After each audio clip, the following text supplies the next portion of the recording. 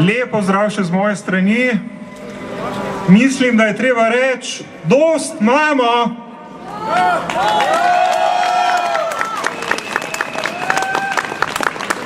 Kam nas vodi ta zatohla politika rezanja glav in varčevanja?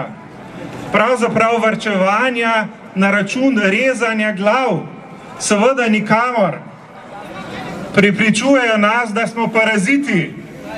Varčevanje pa je le krinka, ali pa je tudi krinka za to, kako demontirati državo in se znebiti vseh nasprotnikov.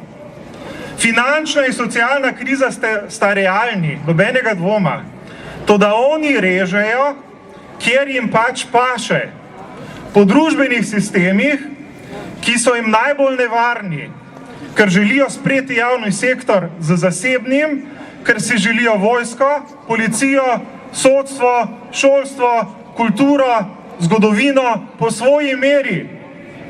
Še več, želijo ustvariti državo po svoji meri.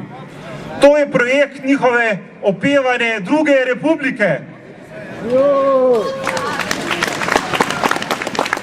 Ta vlada ne ponuja nobene alternativne ekonomske politike, ki bi na prvo mesto postavila ustvarjanje delovnih mest in rast gospodarstva.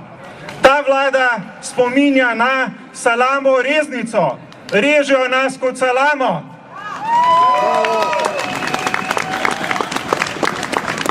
Dovolj je bilo. Vladajo nam tisti, o katerih nastajajo trilogije knjig. Knjig, ki dokazujejo, da nam vladajo trgovci z orožjem.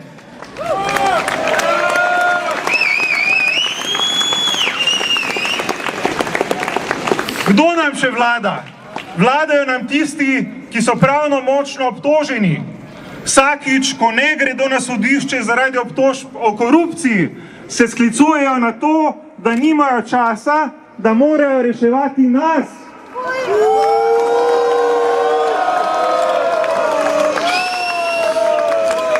Da skratka nimajo časa za obisk sodišča, ker smo jim mi bolj pomembni. To je naša vlada. Pravijo, da rešujejo nas, a v bistvu rešujejo sebe pred sodiščem. Kdo jih bo rešil pred ljudstvom? Kam se bodo zatekli pred njim? In ob tem, ko režejo glave, še pravijo, da se čutijo prizadete.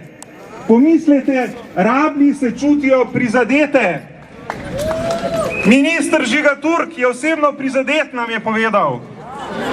Takim je treba pomagati.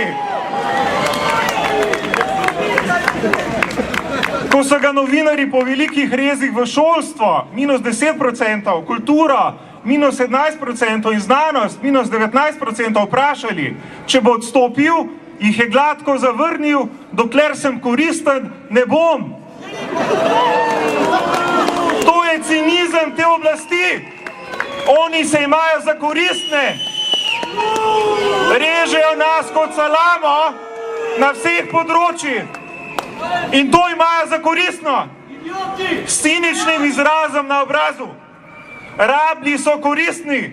Če se opiramo, če podvomimo, če ne želimo biti narezani kot salama, so še prizadeti.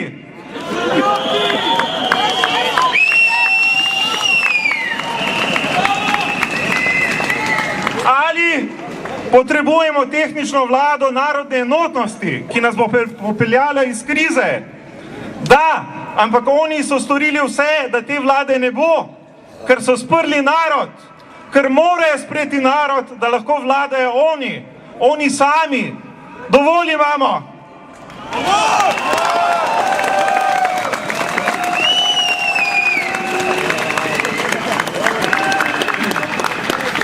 In še za tiste, ki jih danes ni tukaj, ker jih zanimajo le radarji. Ne zanimajo jih radarji v njihovih praznih žepih in detektorji skiranosti. Tu je sporočilo Ivana Cankarja. Saj vedo, kateri so, se bodo že prepoznali, tisti, ki jih namreč danes ni tukaj. Posebno vestilo Ivana Cankarja, ki jim ga sporoča on osebno. Takole gre. Hlapci, za hlapce rojeni, za hlapce zgojeni, ustvarjeni za hlapčevanje.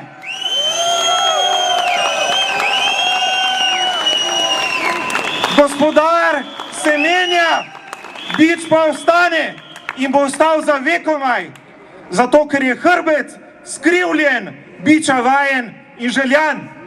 Hvala!